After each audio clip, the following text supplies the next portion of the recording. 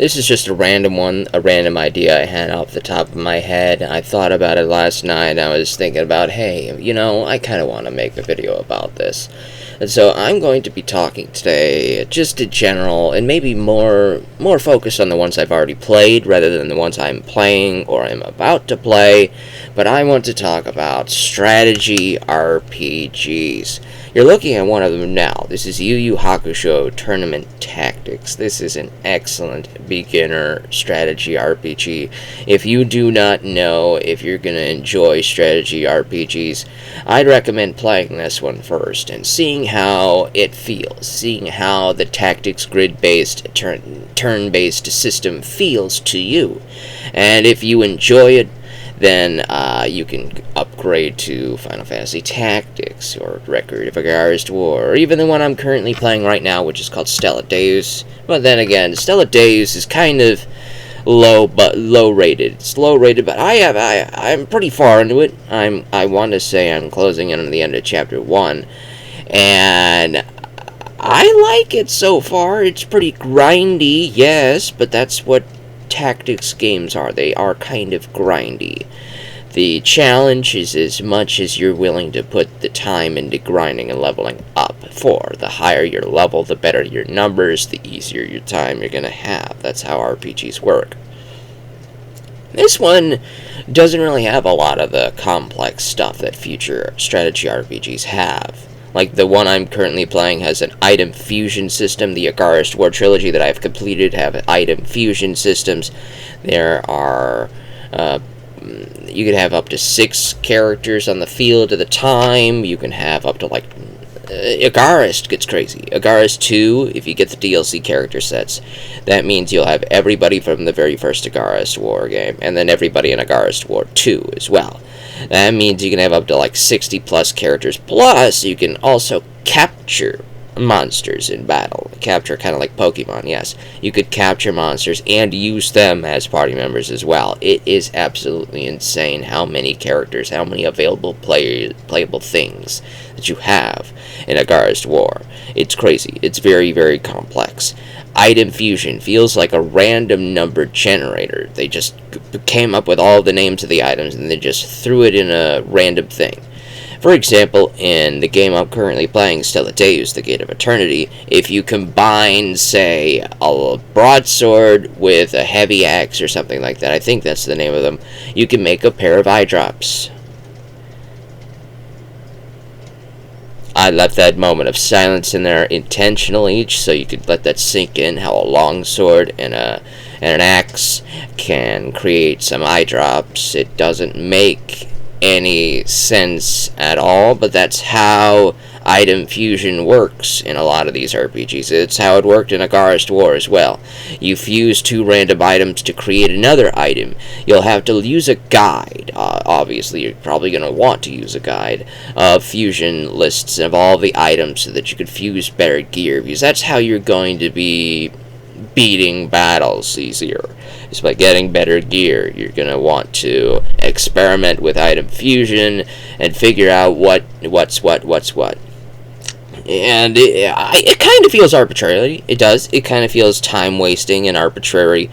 For example, in the game I'm currently playing, to fuse a mithril sword, I have to go into the shop and buy a bunch of Tier 1 equipment, because the shop sells Tier 1 equipment, not Rank 2, Rank 3, 4, 5. The Mithril Sword is a Rank 5 item. So you're going to have to fuse a bunch of items together from the lower tiers to create higher tier items, and then fuse those higher tier items together with other higher tier items that you have to fuse to create the Mithril Sword.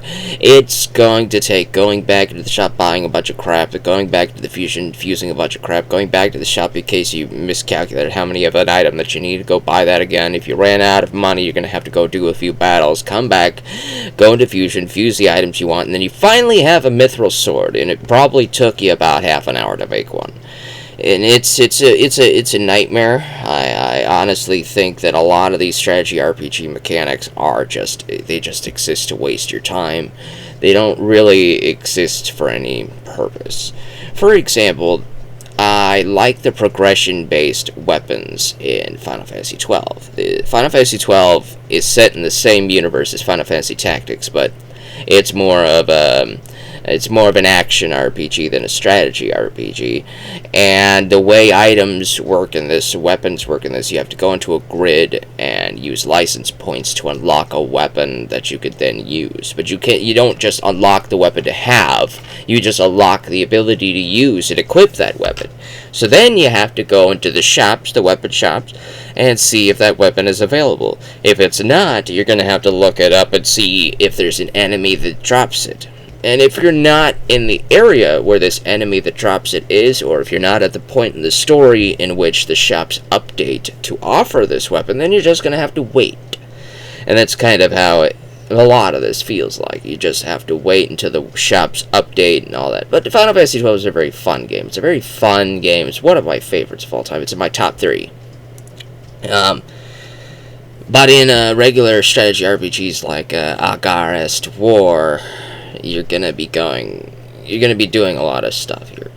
Now, thankfully, Agarest War, which is a PS3 strategy RPG trilogy, they've had a lot of time to hone the craft, so as to say, so that they add a bunch of perks that older strategy RPGs like Stellates, which is on the PS2, and this, which is on the Game Boy Advance, don't exactly have.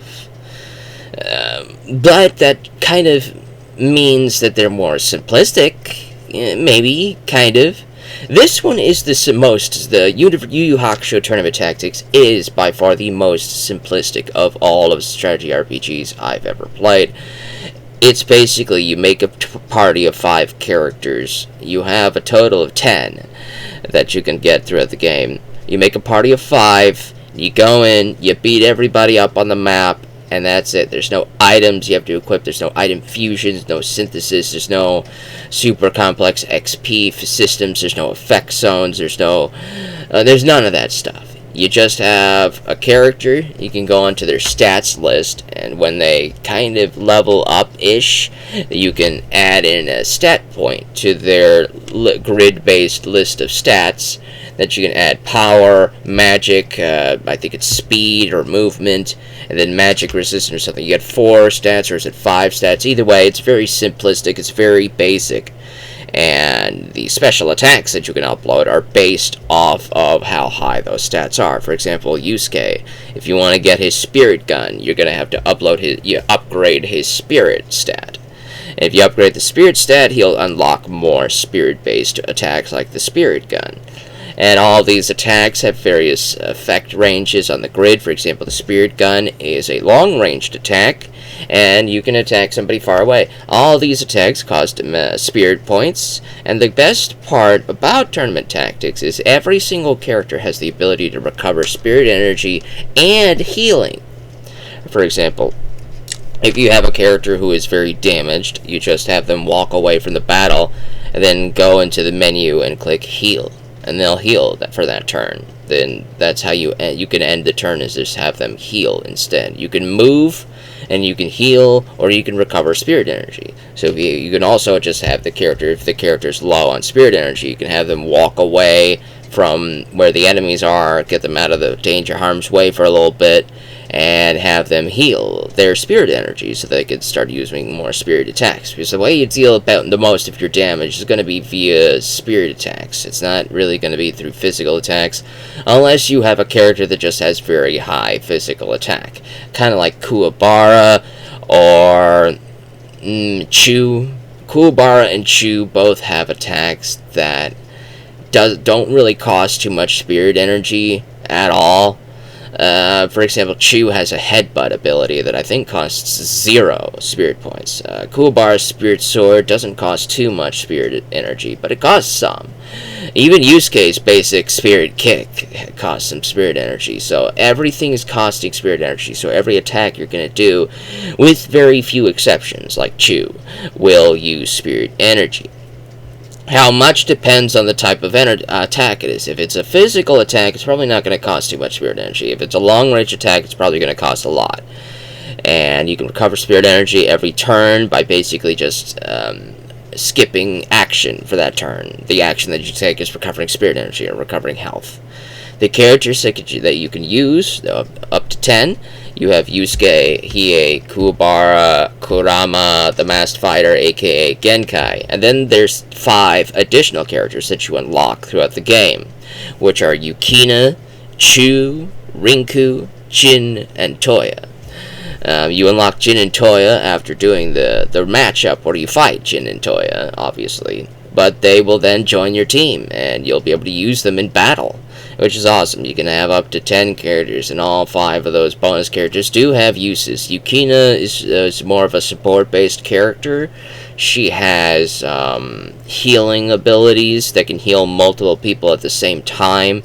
So if you don't want to waste an opportunity to attack with Hiei or Kuwabara, and they're low on HP, you could have Yukina walk in there and use an area-based healing spell, and she'll heal them both for whatever, and then they can keep doing what they do. It's a pretty fun and very simple game.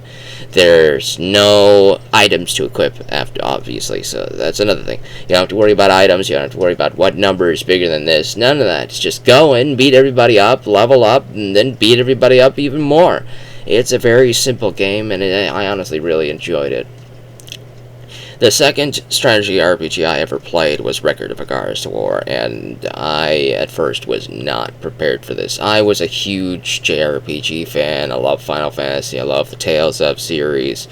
I love the Trails of Cold Steel. What else?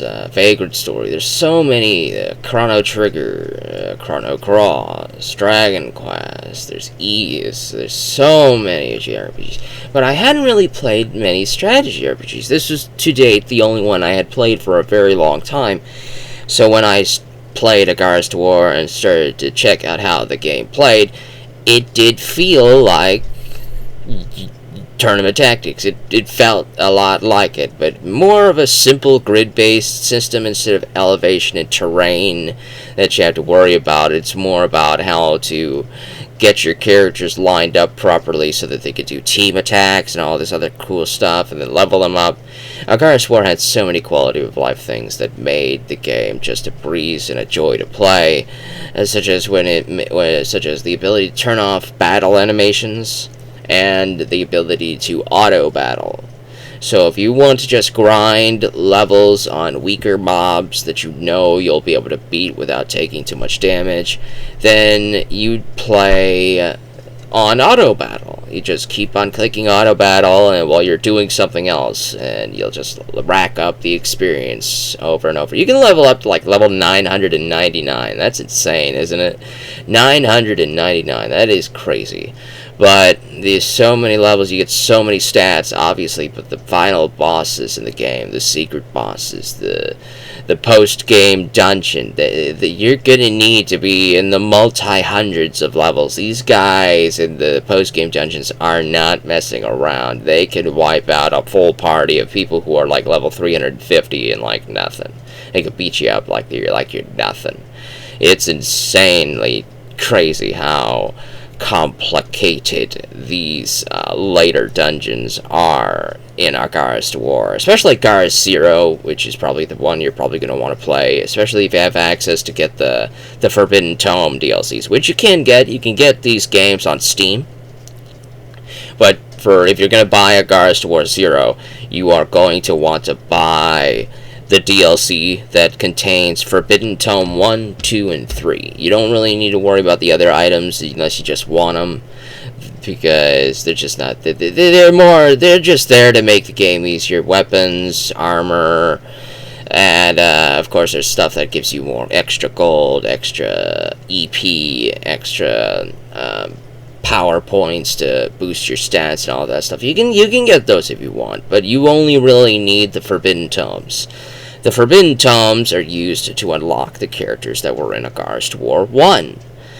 And since the entirety of Agar's War 1 is in Agar's War 0, you just need those 3 Forbidden Tomes, and then you could just play Agar's War in Agar's War 0, which is a prequel. You can play Garst War in digest mode.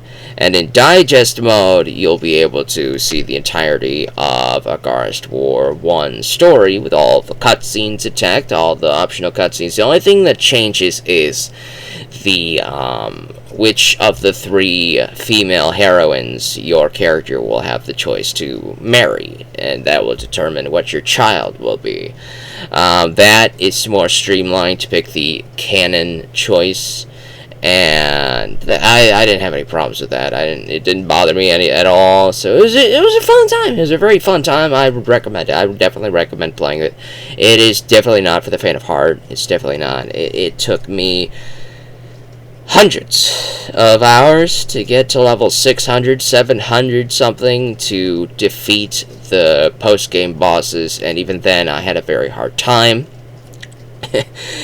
You're gonna have to be a fanatic fan of these games if you want to complete them. But you can beat the main story under level 100. You can beat the main story under level 100. It's not that difficult. It's not that hard at all. You can just go in and have fun. If you just want to do that, go ahead and do that. And I think that's all I got for strategy RPGs right now. I'm currently going through one called Stella Days, The Gates of Eternity for the PS2. And it's not as quality of life as a Garst War trilogy is. There's no option to click auto battle. There's no option to turn off attack animations. So you have to see all of the attack animations, and you have to fight all of the battles instead of clicking auto battle. So every battle will take time. Every battle takes time in general. But thankfully, the experience system in Stella Days is a lot easier and simpler to understand. Basically, every character will level... Oh, wait, I don't want to tell you everything about Stella Days. That will give away the actual review for Stella Days that I plan to do when I finish Stella Days. So you're gonna have to... I'm just gonna have to put that one on hold. But that just goes to show that I'm currently playing one right now, and I'm learning new mechanics on that game as well. Every strategy RPG game will have different strategies that you get to implement, different things you can try, different things you can do. There's gonna be choices involved. Obviously, there's a lot of things that are in these games. The next strategy RPG that I'm going to be playing after Stella Days is probably going to be Final Fantasy Tactics. I don't know if I'm going to play that right away, because these strategy RPGs can be they can take a lot out of you. They can take a lot out of you, but if you're invested, you will invest the time, you will grind it out, you will get it done. It is these games are a niche, but the ones who get into them, the ones who play them, the ones who love them, they love them to death. But if I'm going to recommend a strategy RPG for you, if you haven't played any at all, play Tournament Tactics first. Especially if you're an anime fan, if you're a Yu Yu Hakusho fan, play Tournament Tactics. Play it. If you like it, go try out something like Final Fantasy Tactics. That'll be the full-on tactics experience. But this one is more of just, here's how you play a tactics game. It's very simple. And sometimes simple is alright with me.